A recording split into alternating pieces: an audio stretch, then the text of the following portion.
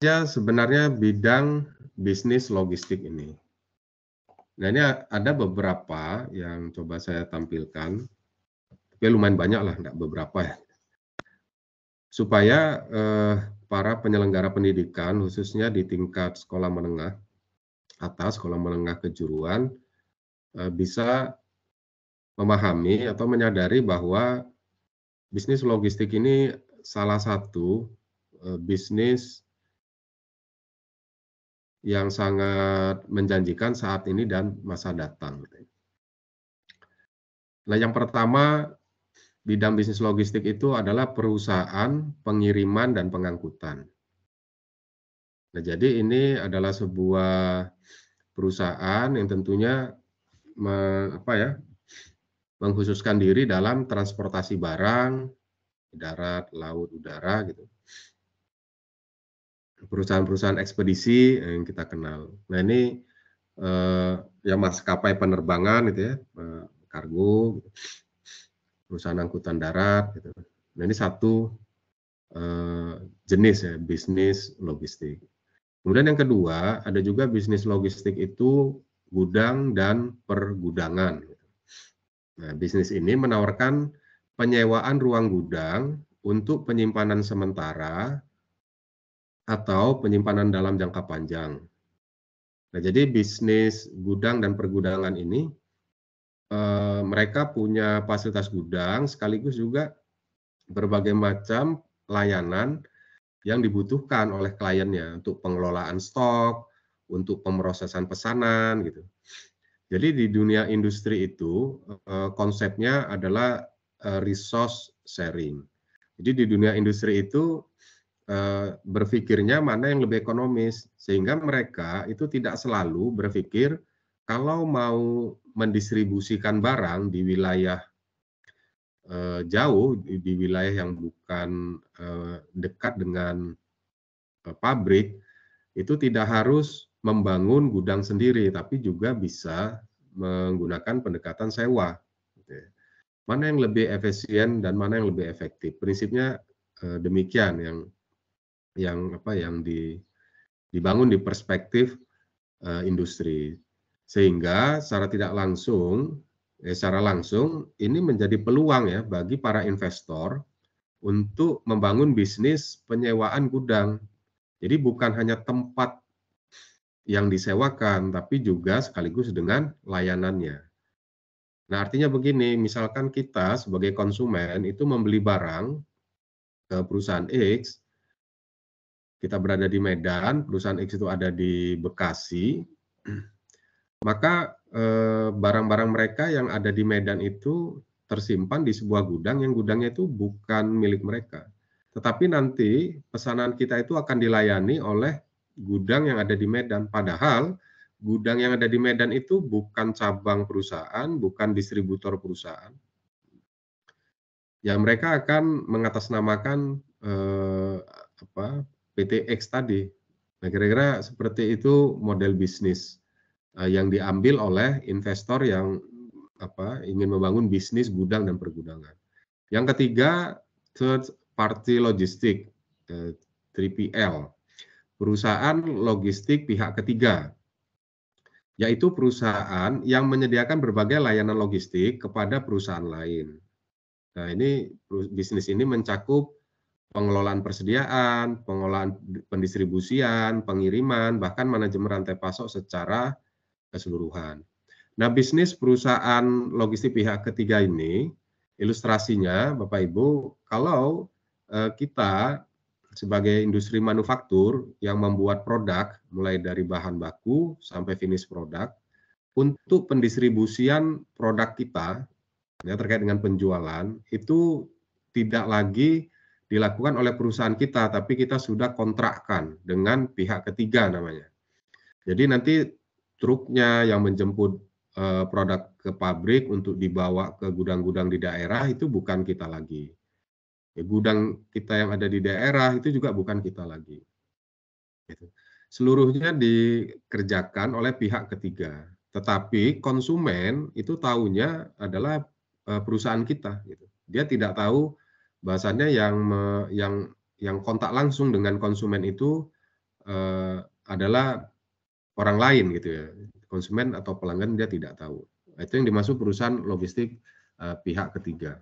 Jadi industri konsentrasi kepada bisnis intinya, core bisnis mereka. Core bisnis saya adalah misalnya memproduksi laptop gitu. Penjualan untuk bukan penjualannya ya, kalau marketingnya masih perusahaan. Pengiriman ya, fisik barang ya, penyimpanan barang, pengirimannya itu dikerjakan oleh perusahaan logistik pihak ketiga. Nah, keputusan model bisnis seperti ini itu diputuskan oleh perusahaan, pasti pertimbangannya adalah biaya yang lebih murah sehingga mereka lebih kompetitif gitu.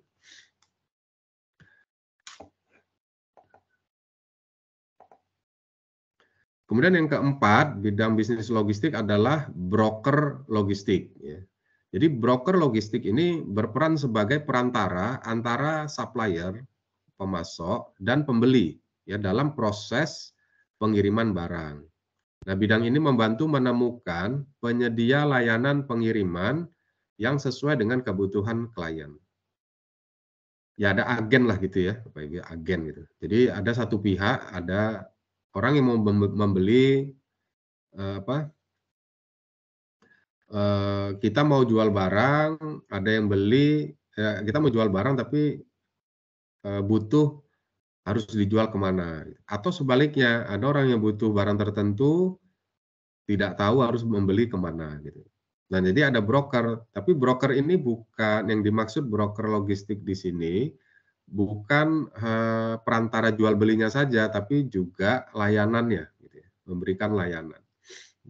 Yang kelima, perusahaan layanan bea cukai.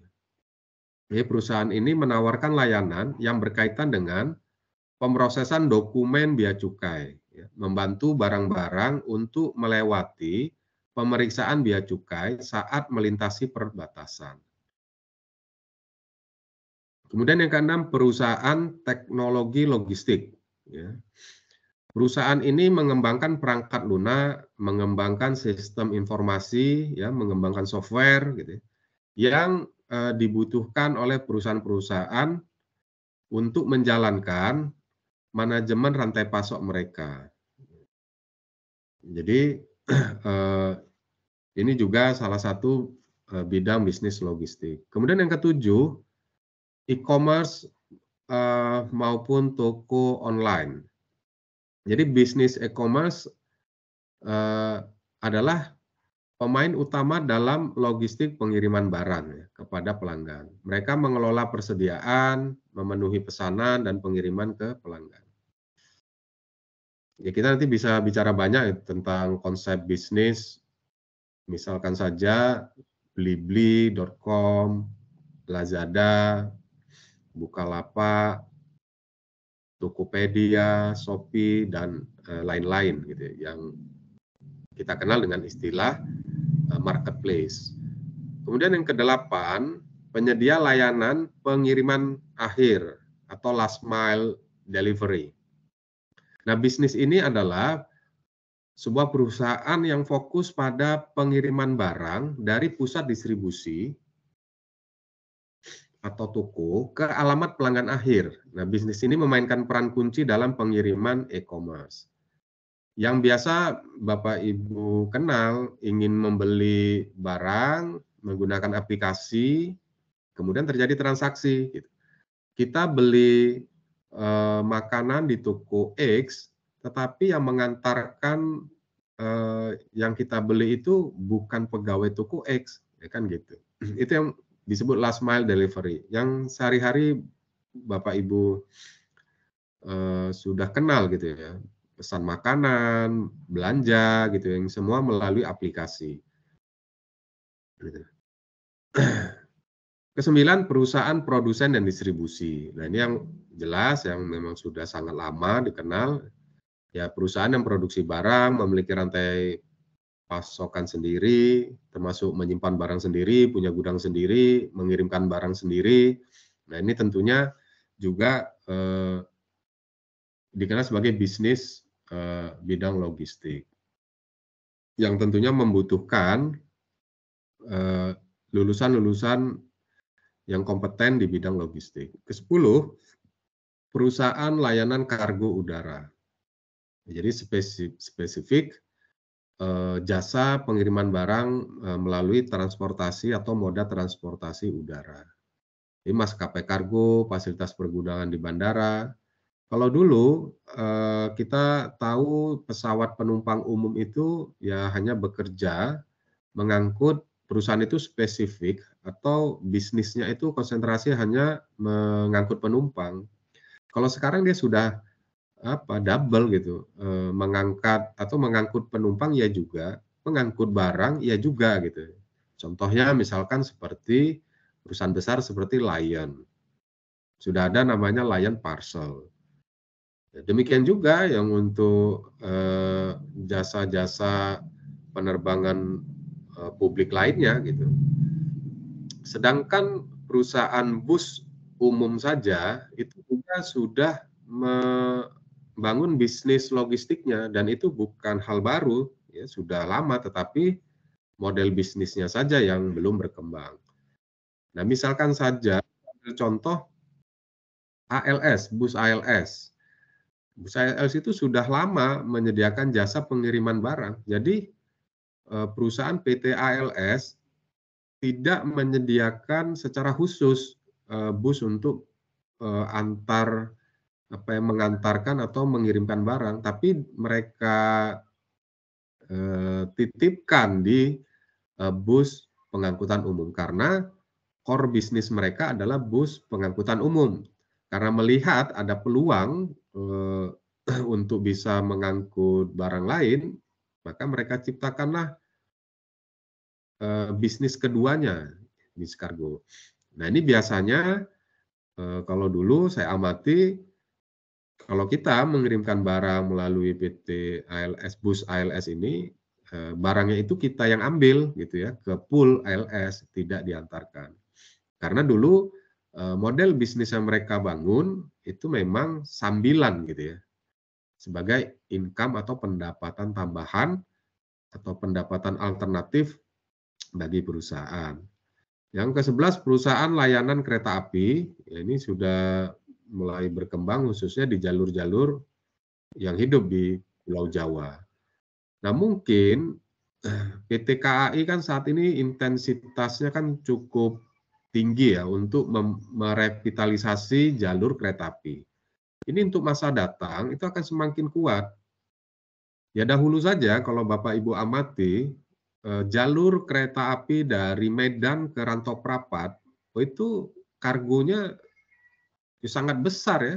Paling tidak mengangkut sepeda motor gitu ya ketika lebaran gitu ya, maupun angkutan-angkutan lainnya. Kalau bisnis di Medan, di Rantau Prapat dan sekitarnya yang terjangkau itu hidup, otomatis bisnis logistik yang yang menggunakan jasa pengiriman kereta api ini juga akan semakin besar gitu. Karena kereta api ini juga punya fasilitas pergudangan selain mereka mengirimkan punya moda transportasi untuk pengiriman. Nah, ini tentunya kereta api harus memiliki SDM yang mumpuni di bidang logistik gitu. Ya apalagi PT Pos. PT Pos malahan secara spesifik punya perusahaan yang namanya PT Pos Logistik gitu. Kalau kita ingin pindah rumah dari Medan ke Jakarta, kita bisa sewa PT Pos Logistik untuk mengangkut barang-barang di rumah kita yang ada di Medan untuk dibawa ke Jakarta. PT Pos mempunyai bisnis khusus yang dikelola oleh sebuah perusahaan khusus ya, anak perusahaan dari PT Pos Indonesia yang dikenal dengan Pos Logistik gitu. Ya demikian juga yang ke-12, perusahaan layanan laut dan pelabuhan. Nah, Bapak Ibu, kalau dilihat dari berbagai macam bidang bisnis logistik, kita akan menyadari begitu luasnya sektor bisnis logistik ini. Begitu beragamnya kompetensi yang dibutuhkan, yang mencerminkan kompetensi sebuah lulusan dari SMK Logistik. Jadi kalau kita konsentrasi mendidik siswa dengan asumsi logistiknya itu darat, ya tentunya Bapak Ibu akan tertinggal menangkap peluang logistik yang ada di pelabuhan. Bapak Ibu akan tertinggal untuk menangkap peluang logistik kereta api. Bapak Ibu juga akan tertinggal ya untuk mengisi peluang pasar yang ada di logistik udara gitu. Jadi bisa dibayangkan kompetensi apa saja yang harus kita siapkan ya untuk lulusan SMK Logistik dengan pasar kerja yang begitu beragam, ya, yang begitu luas itu. Tetapi jangan kita cemas, membutuhkan sangat banyak sekali mata pelajarannya, membutuhkan sangat banyak sekali praktikumnya. Tidak, ini kalau diperas, ya kalau diperas dia hanya menjadi beberapa saja yang memang cukup ya untuk dibentuk selama 2 tahun efektif gitu. Karena di tahun ketiga kan sudah relatif konsentrasi kepada ujian nasional lah gitu. Kita bisa katakan itu 2 tahun efektif. Karena di semester 1 itu juga kita tidak bisa langsung berikan skill full gitu ya. Preparasinya kan harus disiapkan dulu. Jadi efektif 3 semester pembentukan kompetensi khas logistik itu. Nah, dengan 3 semester kita bisa analisa itu kontennya apa-apa saja yang harus kita siapkan sehingga dengan basic skill mereka, si siswa itu nanti mudah beradaptasi jika mengisi tempat-tempat kerja yang puluhan ini, puluhan bisnis logistik ini gitu. Baik Bapak Ibu, perusahaan logistik dingin, cold storage ya, cold warehouse.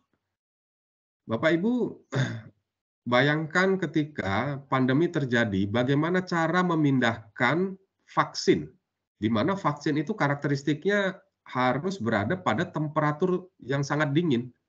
Jika tidak, maka tidak efektif vaksin itu. Nah, itu membutuhkan logistik cold logistik, jadi logistik dingin. Dan saya tanya ada beberapa karena kondisinya itu gawat darurat, untuk memindahkannya pakai termos yang dikasih es batu. Nah, itu kan cara-cara yang sangat sangat darurat gitu. Karena memang keadaannya kita nggak pernah terpikir karena pandemi sedahsyat itu. Gitu. Nah, Bapak Ibu bayangkan bagaimana cara membawa ikan tuna pakai jalur darat misalnya. Nah, ikan ini kan harus dijaga kesegarannya. Gitu. Nah, itu perusahaan logistik dingin itu mulai berkembang saat ini, Bapak Ibu. Udah ada perusahaan manajemen rantai pasok, ini sudah clear gitu ya. Jadi sebuah perusahaan yang memang menyediakan jasa-jasa supply chain. Gitu. Dan yang ke-15 perusahaan layanan kepabeanan dan pajak, ya, seperti mengurus pajak bea cukai. Nah, itulah beberapa gambaran bagaimana bisnis logistik itu berkembang. Nah, sehingga menjadi tantangan bagi kita bagaimana kita merebut peluang itu. Ya, saat ini seluruh perusahaan itu sadar, dia tahu bahwa ada ilmu logistik, ada lulusan yang punya khas ilmu logistik, keterampilan logistik. Seluruh perusahaan itu sudah tahu, sudah paham mereka. Nah, tinggal kita yang memanfaatkannya sehingga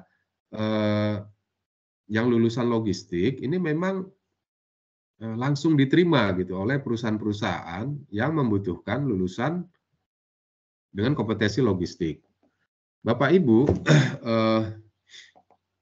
saya memberikan apresiasi yang sangat tinggi kepada SMK Karya Jaya karena berani gitu, tampil di depan untuk mendidik anak-anak di Sumatera Utara dan sekitarnya atau Deli Serdang di Tanjung Morawa sekitarnya untuk memiliki kompetensi logistik.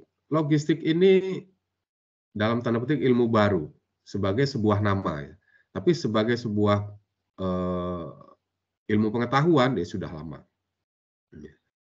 Tapi spesifik menjadi sebuah program studi, spesifik menjadi sebuah jurusan, itu relatif baru. Nah, saya memang belum mengetahui secara persis itu. Saya menduga ya mungkin baru SMK Karyajaya ya. Kalau SMK negeri saya belum tahu juga yang ada di Sumatera Utara gitu. Saya belum tahu. Yang pasti di Sumatera Barat belum ada, setahu saya gitu. Setahu saya belum ada. Tapi untuk program perguruan tingginya sudah ada dan itu baru gitu. Ada yang baru 5 tahun, ada yang baru berdiri itu, kurikulumnya baru dibuat itu. Di Padang Negeri, Politeknik Negeri Padang itu baru. Logistik Perdagangan Internasional namanya. Kalau Politeknik yang di bawah Kementerian Perindustrian ada namanya itu program D Diploma 3 Manajemen Logistik Agro.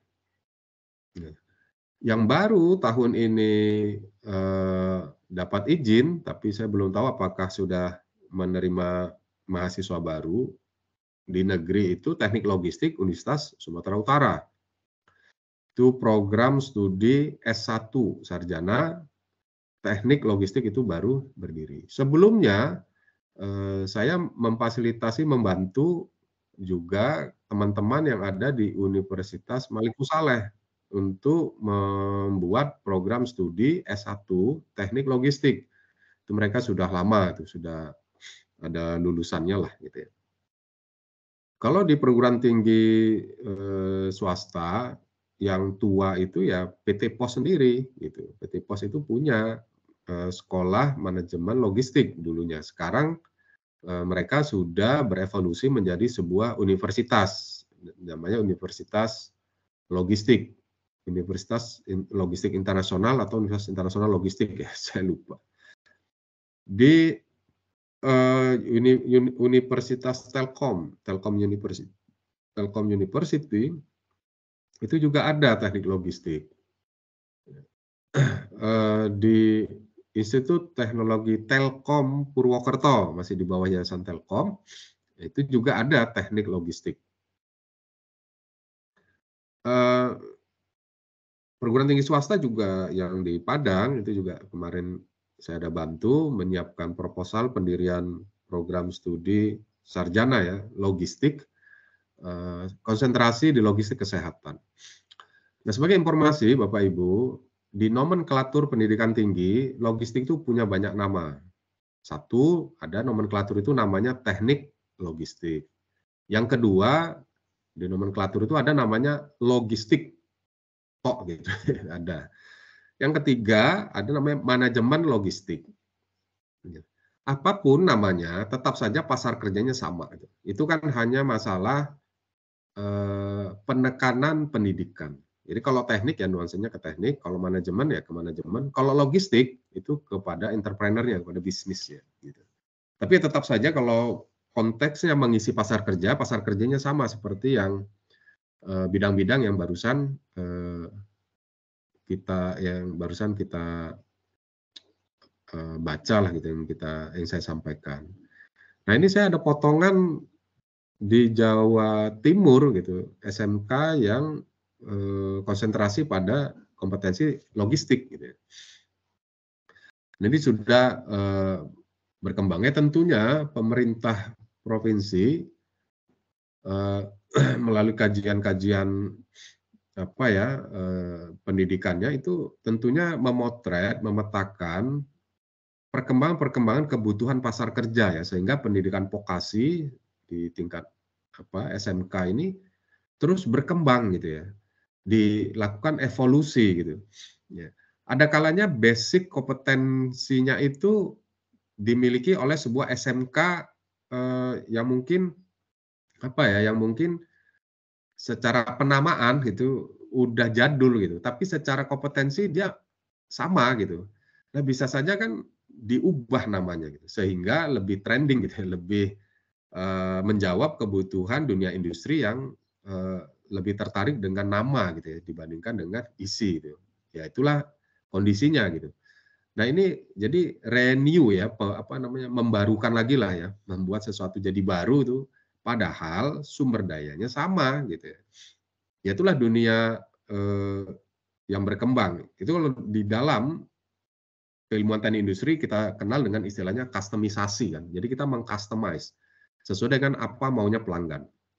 Kalau posisi pemerintah provinsi, penyelenggara pendidikan, ngambil posisi sebagai produsen, pasar kerja sebagai konsumen, ya tentu maunya konsumen itu yang kita penuhi. Tidak mungkin kita atur maunya konsumen.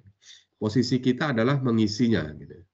Atau bahkan menciptakan, gitu, menciptakan pasar kerja itu dengan menyelenggarakan sebuah pendidikan yang mampu menghasilkan sebuah kompetensi yang sangat spesifik yang memang benar-benar dibutuhkan oleh dunia kerja. Nah, saya memang belum berkesempatan untuk browsing yang lain ya, tapi SMK yang ada di sekitar Jawa Timur ini paling negeri ya, ini paling tidak menjadi gambaran bagaimana pemerintah ya pusat sampai daerah tentunya itu melihat besarnya pasar kerja sehingga memang harus segera disiapkan tenaga kerja terampil untuk bisa mengisi pasar kerja bisnis logistik yang demikian besarnya itu. Jadi keterampilan lulusan logistik, meskipun ini konteksnya hari ini kita berada pada lingkungan sekolah menengah kejuruan, bukan berarti keterampilan ini tidak dibutuhkan di pendidikan tinggi. Sama saja kalau sudah bicara logistik, mau diploma, gitu, mau SMK, ya sama saja. Tapi yang membedakan kan nanti level kompetensinya itu. Yang pertama, keterampilan lulusan bidang logistik itu adalah manajemen persediaan. Jadi inventory atau persediaan, sistem persediaan atau manajemen persediaan, ini secara keilmuan asal muasalnya lahirnya ilmu logistik. Kira-kira history of science-nya di teori persediaan. Jadi ini lulusan logistik itu adalah orang-orang yang punya kemampuan untuk mengelola persediaan, mengawasi stok, merekodnya, intinya orang-orang yang memang terampil untuk ngurus-ngurus stok gitu. Nah, barang ini kan bisa bermacam-macam. Ada terkait dengan bahan baku, ada terkait dengan bahan penolong, ada terkait dengan stok untuk services, untuk administrasi dan lain-lainnya.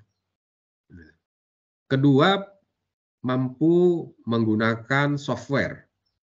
Karena dunia sekarang sudah dunia IT. Jadi seorang lulusan SMK vokasi bidang logistik itu familiar ya dengan software-software. Ya tentunya tidak harus terampilnya ya sesuai dengan ya KKNI kita kan jelas itu SMK itu level berapa. Tapi sebuah kelemahan jika lulusan kita itu nama software aja tidak tahu gitu. Itu jadi repot kita. Artinya wawasannya kan sempit.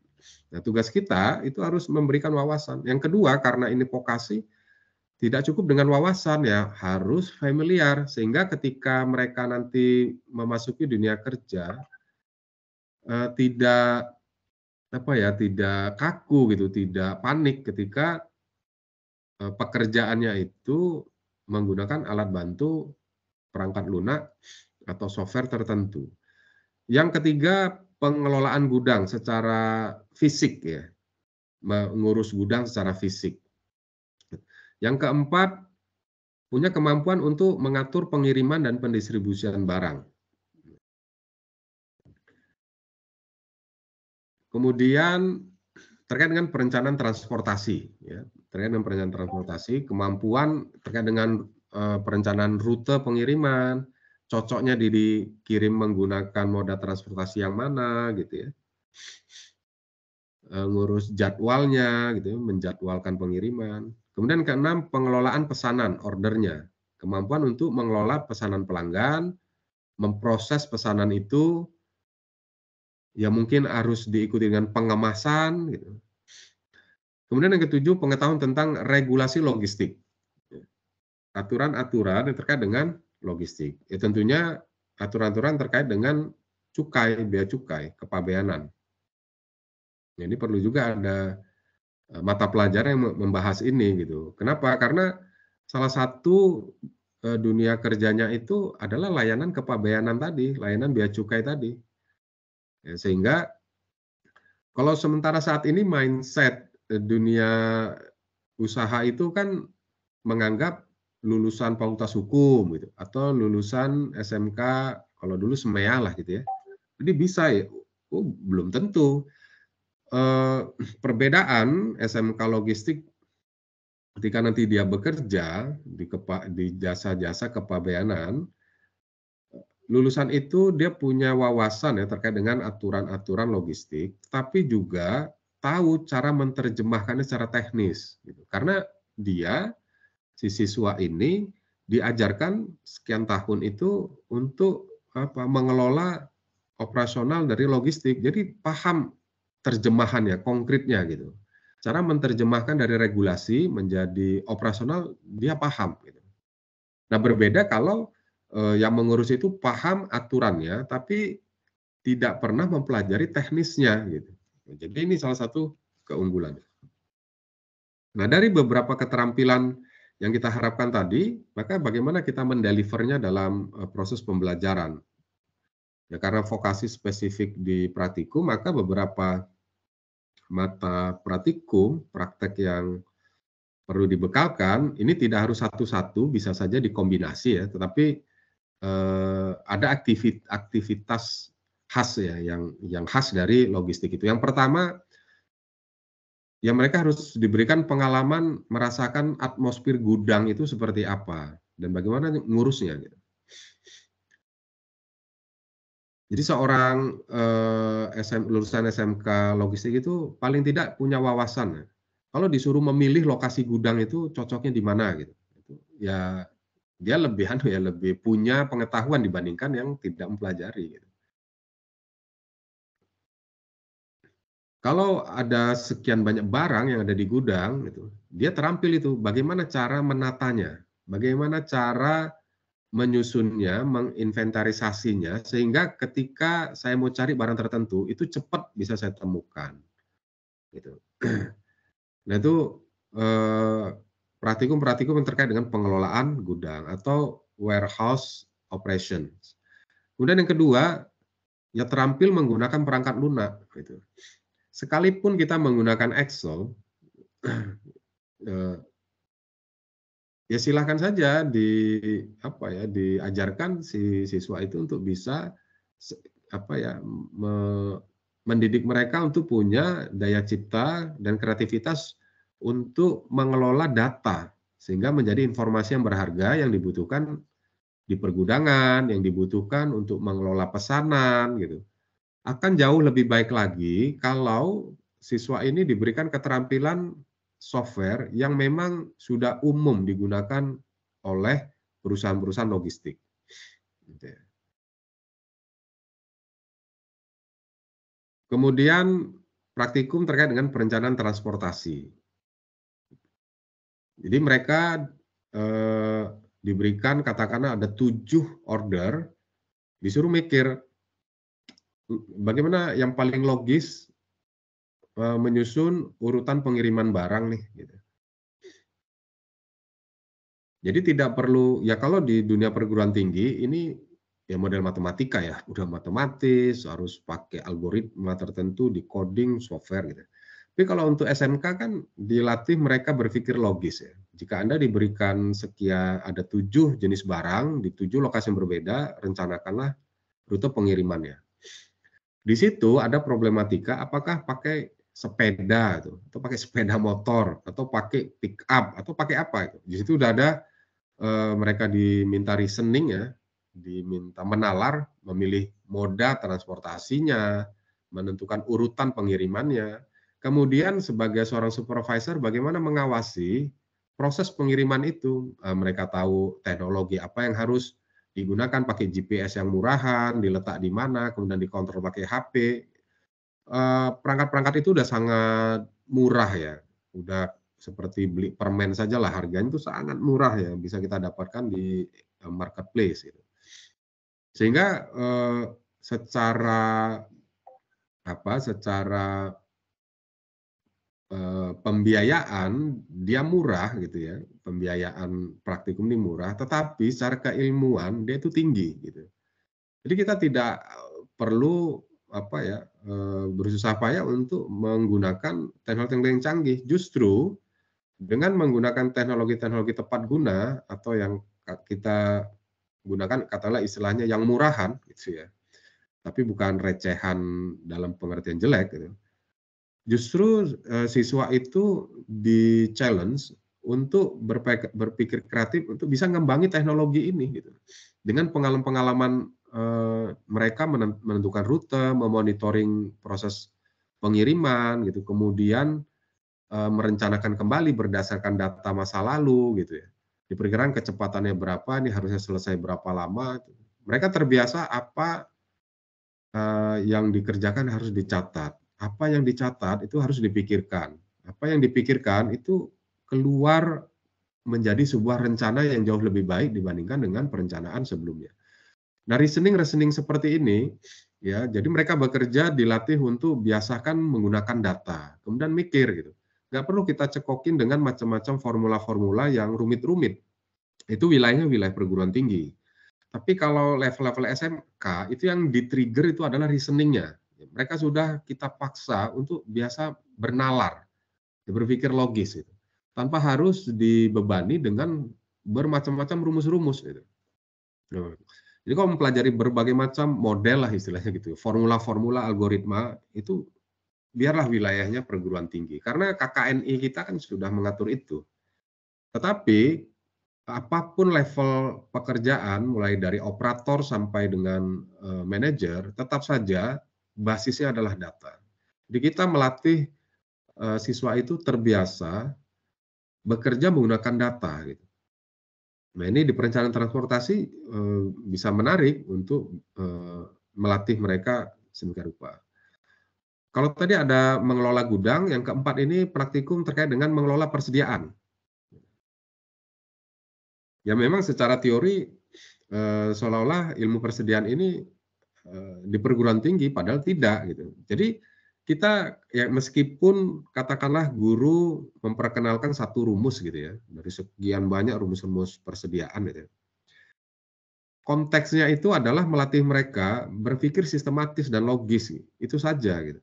Jadi kita tidak perlu pula mengajarkan macam-macam rumus, karena tidak level dari level pendidikannya gitu. Tetapi kita bisa ajarkan mereka bagaimana cara mengelola stok di dalam gudang. Nah itu sudah pasti triggernya itu ada pemicunya adalah bagaimana kita bisa menjamin ketika ada permintaan barang, kalau kita toko gitu, ada toko misalnya minta ke distributor, kita bekerja sebagai staf di perusahaan distributor. Ketika ada permintaan, kita bisa jamin bahwa barang itu tersedia. Nah ini kan membutuhkan kemampuan untuk mengelola data yang akurat, kemudian up to date, kan seperti itu. Nah itulah yang kita minta, kita ajarkan, kita didik, kita latih siswa kita untuk punya pola pikir itu berhati-hati terhadap data. Jadi diminta bagaimana Anda bisa mengelola persediaan ini sehingga ketika ada ketika ada permintaan, persediaan itu ready gitu. Nah, demikian juga ketika persediaan itu sudah sampai kepada titik tertentu, itu harus segera dilakukan pemesanan supaya stok atau tingkat persediaan di gudang kita itu cukup gitu. Nah, ini bagaimana kita bisa melatih mereka punya pola pikir demikian. Ini kalau secara keilmuan kita sebut sebagai manajemen persediaan. Kemudian mengelola order, mengelola pesanan. Meskipun ini bicara teknis, tetapi perlu Bapak Ibu ketika melatih keterampilan ini harus diiringi dengan kemampuan atau skill komunikasi. Iya. Masa depan dari pekerjaan itu adalah multitasking ya, multitasking. Kalau dulu kita membayangkan ketika kita pesan barang melalui telepon, yang menerima telepon itu kita anggap ya orang yang hanya mencatat pesanan itu. Karena dia pekerjaannya, taskingnya itu satu gitu. Tapi di masa kini dan masa datang, pekerjaan itu multitasking. Dia yang menerima pesanan, dia pula yang mengecek kepastian barang, dia pula yang harus melakukan pengemasan, dia juga yang harus merencanakan, kapan barang ini harus segera dikirim, gitu. Dan itu semua bisa dilakukan oleh satu orang dengan macam-macam pekerjaan karena dibekali oleh perangkat lunak, gitu. Tapi poinnya apa? Poinnya ya komunikasi. Pada akhirnya komunikasi itu kalau sudah manusia dengan manusia kan, butuh skill. Dan saya memang tidak masukkan di praktikum ini, tapi di beberapa, kajian gitu ya, skill komunikasi itu diperlukan gitu. Tapi itu tidak spesifik logistik ya, di banyak, bidang vokasi lainnya juga memasukkan skill itu. Saya tidak masukkan secara spesifik, karena bagi saya itu embedded apa namanya tuh, bagian yang tidak terpisah, inherent lah gitu ya, bagian yang tidak terpisahkan dari seluruh rangkaian praktikum.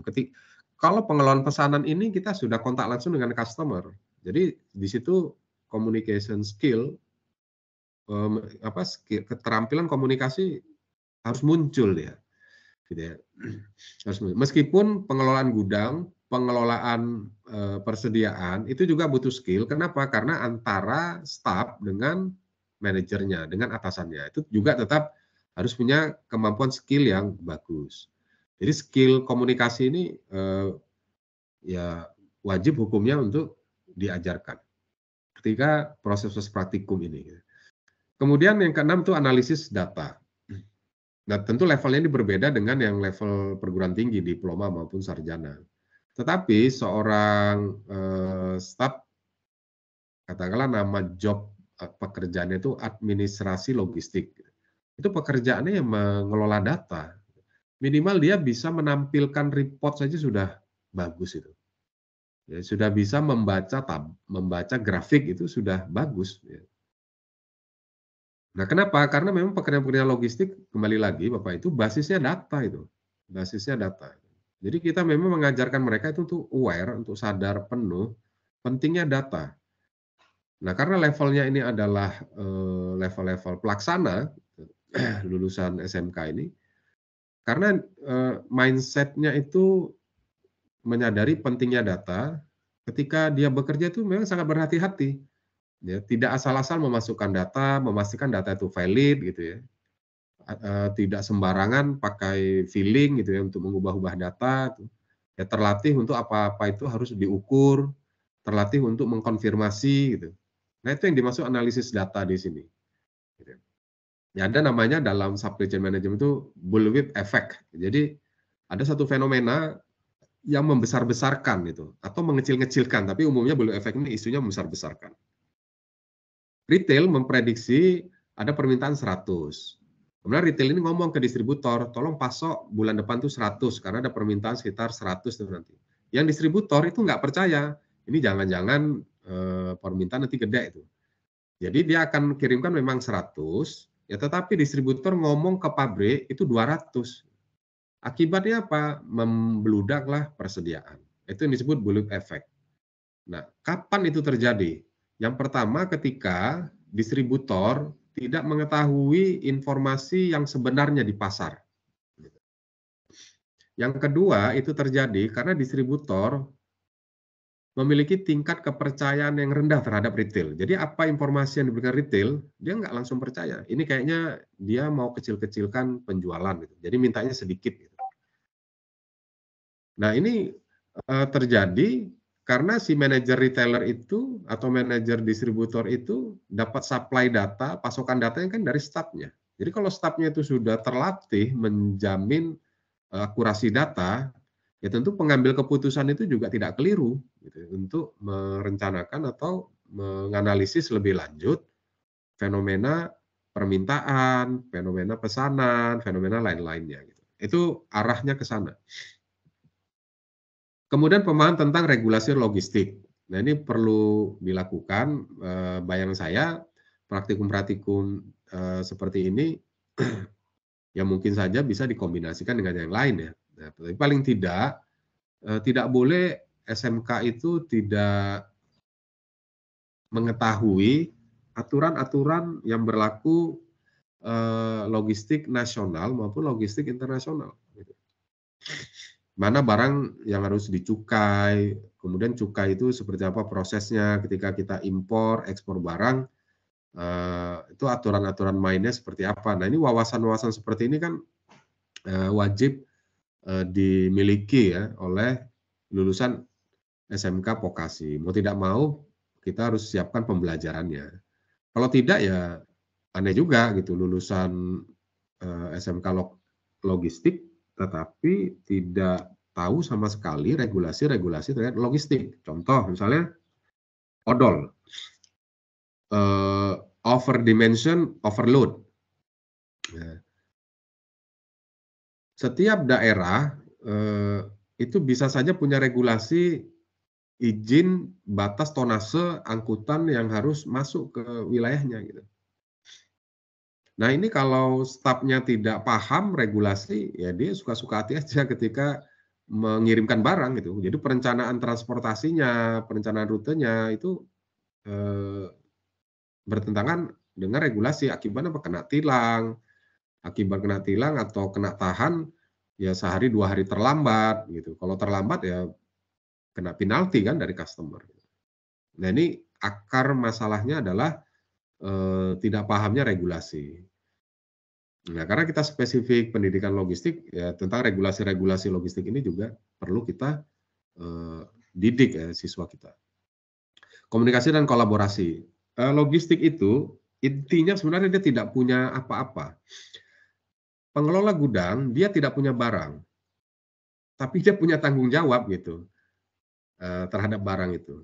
Itu khasnya logistik. Jadi logistik itu, dia sejak awal dikenal sebagai servis, layanan. Layanan itu nggak punya barang. Tapi dia yang harus menanggung akibat, padahal barangnya bukan barang dia gitu, ngirim pun bukan karena dia yang menjual gitu, tapi segala konsekuensinya harus dia tanggung. Nah, ini akibat, apa namanya, dengan potensi-potensi resiko seperti itu, mau tidak mau kan, seorang lulusan SMK logistik ini harus memiliki kompetensi kerja tim ya, terbiasa membangun kolaborasi. Ya bayangkan kalau, kita itu bekerja di sebuah perusahaan jasa layanan pihak ketiga gitu ya. Barangnya nggak barang kita gitu, tapi yang harus mengantarkan barang ini ke konsumen kita. Ketika terlambat, itu yang dicaci maki itu yang ngirimkan. Padahal keterlambatan itu sudah diawali dari pabrik gitu, ke gudang. Ya kalau udah terlambat aja sehari, apalagi kita kan yang mengirimkannya gitu. Nah, kondisi-kondisi ketidakpastian seperti itu membutuhkan skill orang-orang yang terbiasa kerja dengan semangat kolaborasi. Ya, tentunya kalau kolaborasi syaratnya komunikasi lagi gitu. Nah, ini kita latih gitu, bagaimana, apa, eee, lulusan kita itu menyadari bahwa pekerjaan yang mereka lakukan itu sifatnya dependen ya, bergantung gitu. Karena bergantung mau tidak mau harus proaktif gitu, untuk bisa bekerja sama. Jadi posisinya tidak nerimo aja, nggak nunggu aja, itu tidak gitu. Dan juga skill-skill seperti ini juga, penting gitu untuk bisa kita, apa ya, kita latih mereka sedemikian rupa gitu. Kesadaran bahwa bekerja kolaborasi itu sangat, penting di dalam, eee, mereka, apa ya, memperkenalkan kompetensi atau ketika nanti berkompetisi di dunia kerja. Saya kira demikian Bapak Ibu yang saya sampaikan mulai dari bagaimana perkembangan bisnis, apa ya, peluang bisnis di dunia logistik yang mencerminkan lapangan pekerjaan, kemudian keterampilan apa yang dibutuhkan untuk bisa mengisi lapangan pekerjaan itu, dan akhirnya untuk bisa memiliki kompetensi logistik yang sedemikian rupa pada level lulusan SMK, pembelajaran apa yang, perlu kita support, kita siapkan kepada para siswa kita. Saya kira demikian saja yang saya sampaikan, mudah-mudahan menginspirasi dan bisa kita elaborasi nanti pada sesi diskusi. Demikian saja Bu Wita Asih yang bisa saya sampaikan, saya kembalikan lagi ke moderator. Terima kasih.